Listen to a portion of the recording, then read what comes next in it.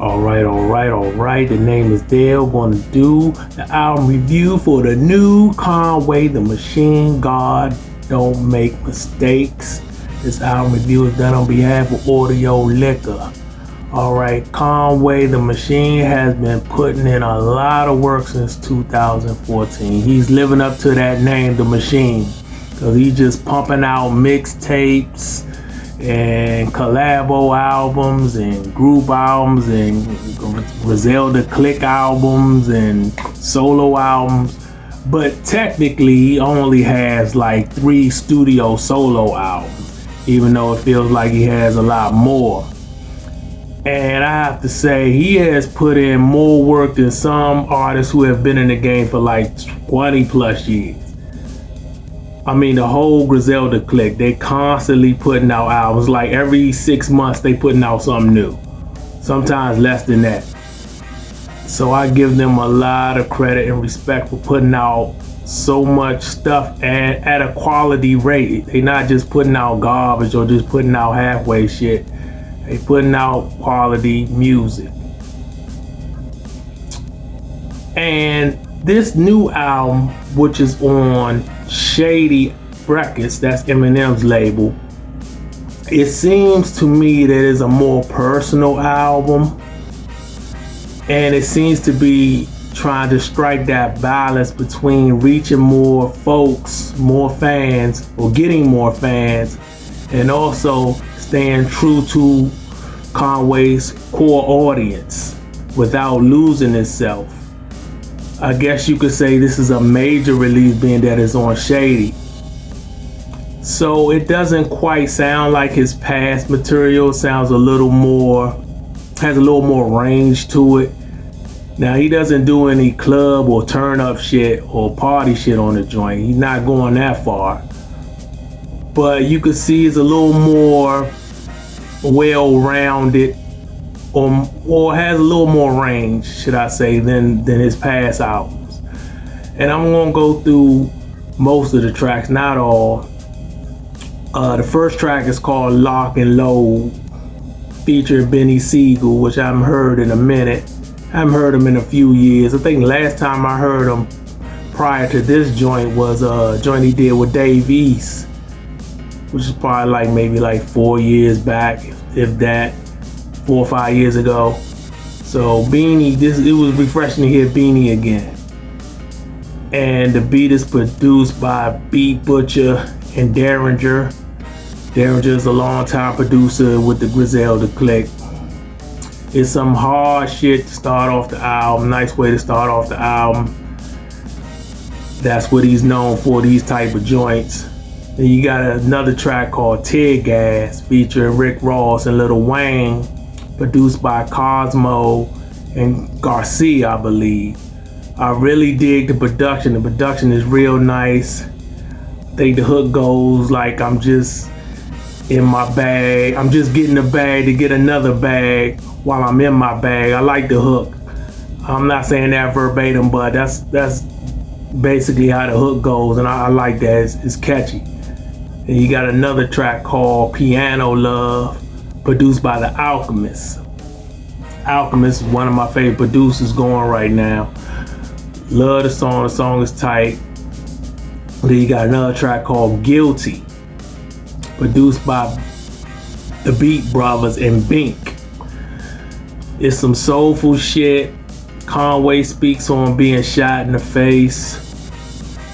It's a 1-verse joint, not that long. The whole song's about 2 minutes and some change, but it's a good joint. You got another track called John Woo Flick, featuring Benny the Butcher and Westside Gun, produced by Kill and Derringer. I think Benny the Butcher has a line like, that's that Wayne Perry shit, you niggas are Wayne Brady. I thought that was funny and clever. Anybody that knows John Woo, now for those who don't know, John Woo is a Asian director who used to make these Asian gangster flicks back in the day, like back in the 90s and late 80s. And we used to be on them joints hard in the 90s. You had joints like Better Tomorrow and The Killer. If anybody's familiar with the first Wu-Tang album, They got a skit on there where Raekwon's like saying the meth, "Where's my killer tape?" So it referred to like a DVD, not a DVD, a videotape. And he's like, where my killer tape at? VHS tape. And that joint, that's still a classic skit to this day. Makes me laugh every time I hear it. And Meth is trying to make excuses for losing. I'll get you another killer tape. Shit like that. This shit is funny.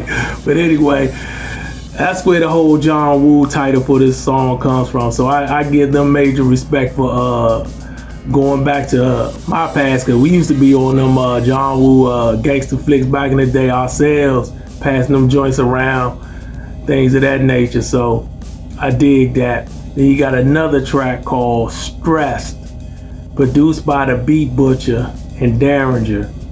It's a very emotional song, introspective joint. It's one of them joints that he's pouring his heart, you know, giving you more personal side of him, of his history and things like that. And you got another track called So Much More, produced by the Justice League. He's dropping jewels. He's speaking on how he's more than just a street gangster rapper.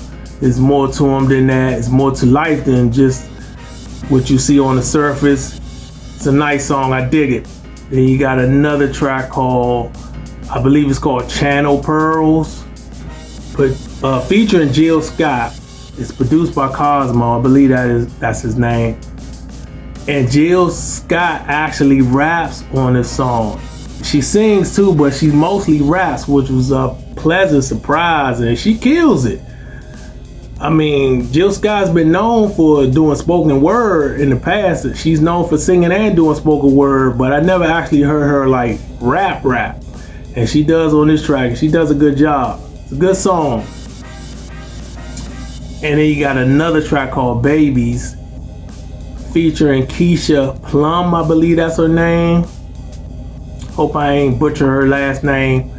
And it's featuring Beat Butchers. No, it's produced by Beat Butchers and Derringer again. Beat Butcher and Derringer. Sorry about that. And Keisha starts off the song with like a spoken word, which really works. It sets the whole tone of the whole song. It gives it a little more thought to it, and it's really good. It really works with the production. Very deep song. It's some hood shit. You know, he's speaking on hood shit. She's speaking on hood shit and poverty and the problems within the ghetto and things like that. Really dig the song. Then you got another song that ends the album called God Doesn't Make Any Mistakes, which is another very like introspective song, speaking on his past.